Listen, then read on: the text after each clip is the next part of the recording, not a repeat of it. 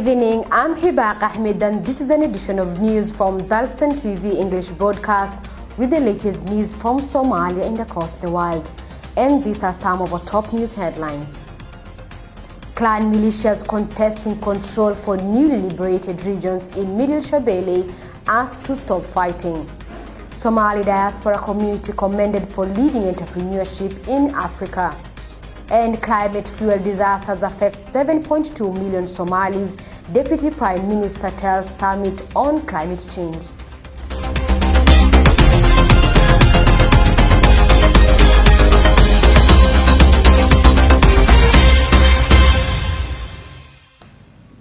Welcome to the broadcast.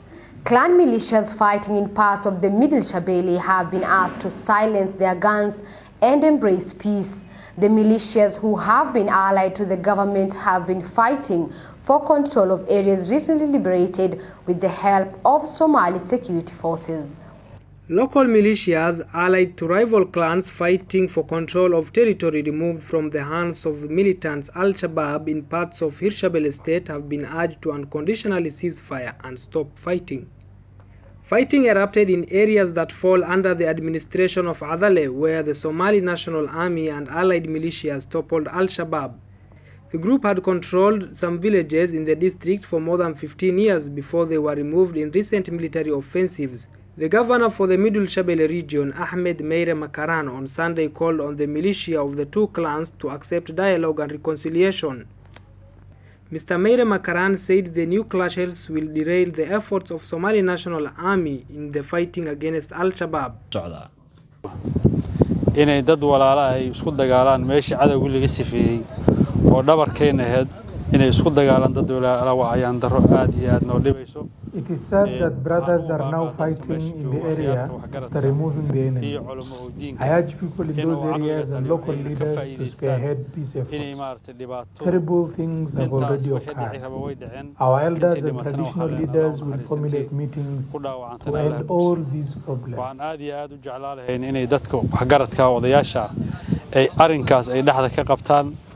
Adale, where the villages in dispute fall under, is a coastal town in the southern Middle Shabelle region of Somalia, some 180 kilometers from the capital Mogadishu.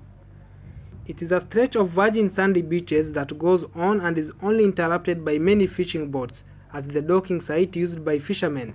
After toppling the Somali militant group Al-Shabaab from the town, clan militias who helped the Somali National Army in liberating the towns are now fighting for control. The federal government of Somalia has carried out offensive military operations aimed at degrading the capability of Al-Shabaab.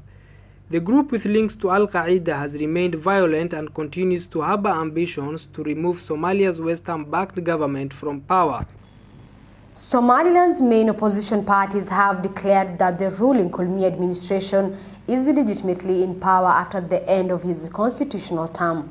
President Musa Bihi Abdi's term has been extended by 2 years and the Electoral Commission has postponed the presidential election until next year.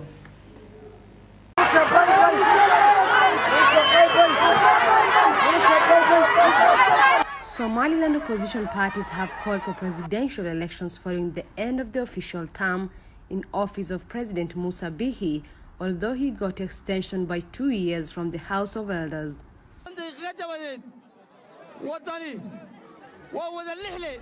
In an earlier statement, the Wadani NUCID party stated they will not consider Bihi as the legitimate president after 13th November, making him the first incumbent president in Somaliland's history to lose the confidence of opposition parties and their supporters if the opposition takes the decision.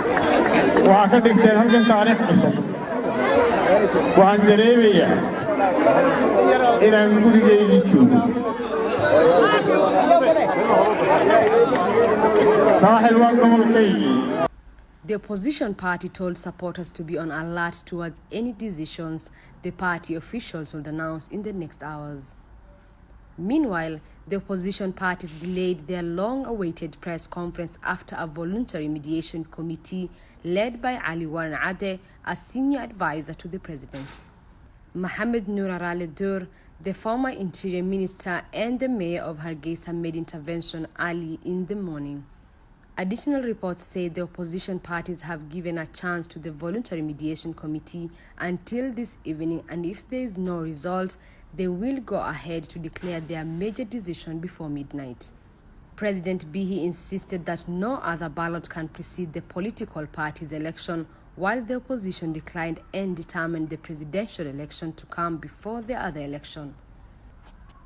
The two oppositions repeatedly claimed not to recognize Bihi as the legitimate president after 13th November, which the official's term in office of President Bihi will finish if he does not accept the presidential election to come before the political party's election. Somalia's breakaway region of Somaliland had last month announced postponement of its scheduled presidential election to next year, rather than holding it in November when the incumbent president's term ends, the region's electoral bodies. In August, deadly protests broke out in the region, with demonstrators demanding elections be held in November amid suspicions President Muse Bihi Abdi wanted to delay the poll and extend his term.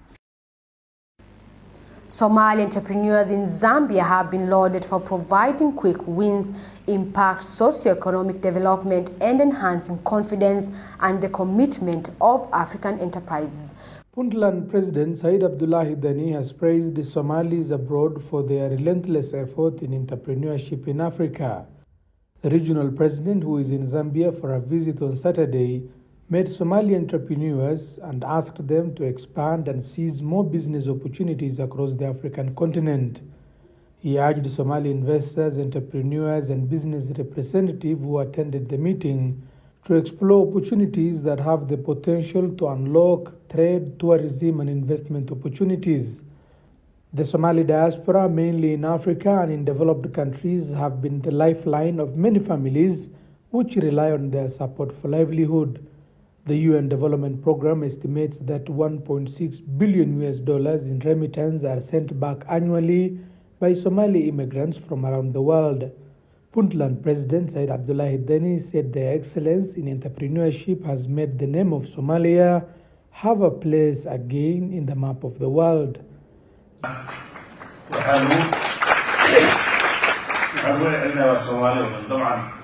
inkastoo state معين madax wax laakiin hadana mas'uul Soomaaliyeed marka Soomaalida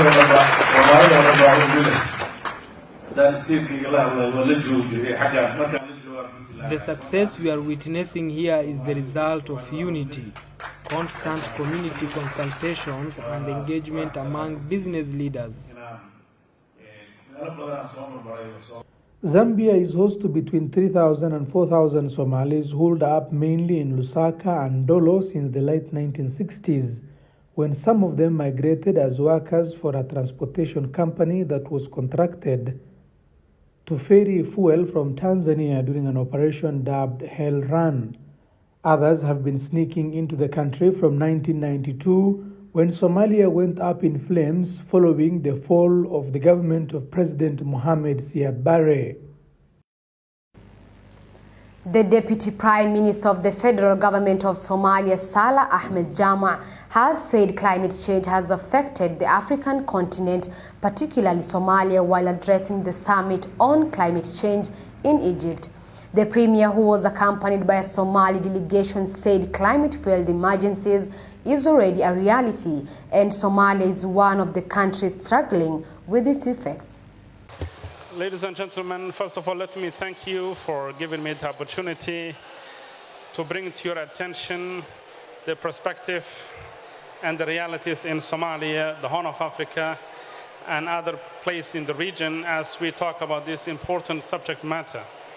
And the World Bank, as a premier institution on improving the economic conditions, and particularly in this era through green initiatives in terms of reforming food systems and the way we do agriculture and livestock, is a very important forum for exchanging ideas.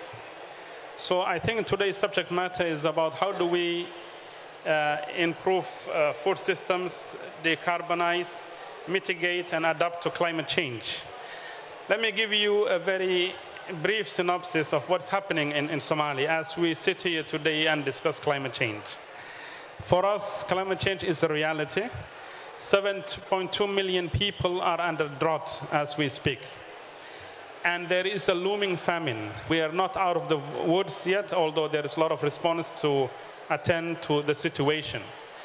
And I see that livestock is an important aspect of the areas that we're focusing on. Somalia is primarily an agro-pastoralist society, and our primary export goods is livestock to the Arabian Gulf. Out of the 60-some million livestock that we have, over 10 million have been affected by climate change-induced droughts and lack of water. So I want to be very brief and rather listen to the discussion, but I would like to highlight that there is a need for developmental organizations and multilateral financial institutions to play a fundamental role in the prevention of droughts and lack of food and shortage of water through developmental model.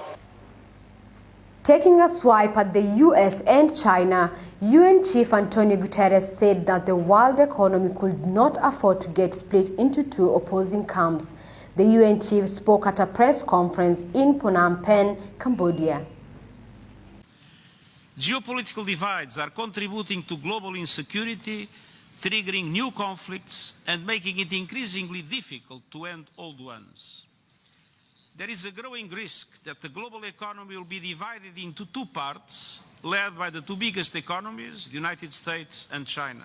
Divided global economy with two different sets of rules, two dominant currencies, two internets, and two conflicting strategies on artificial intelligence would undermine the world's capacity to respond to the dramatic challenges we face. This decoupling must be avoided at all costs.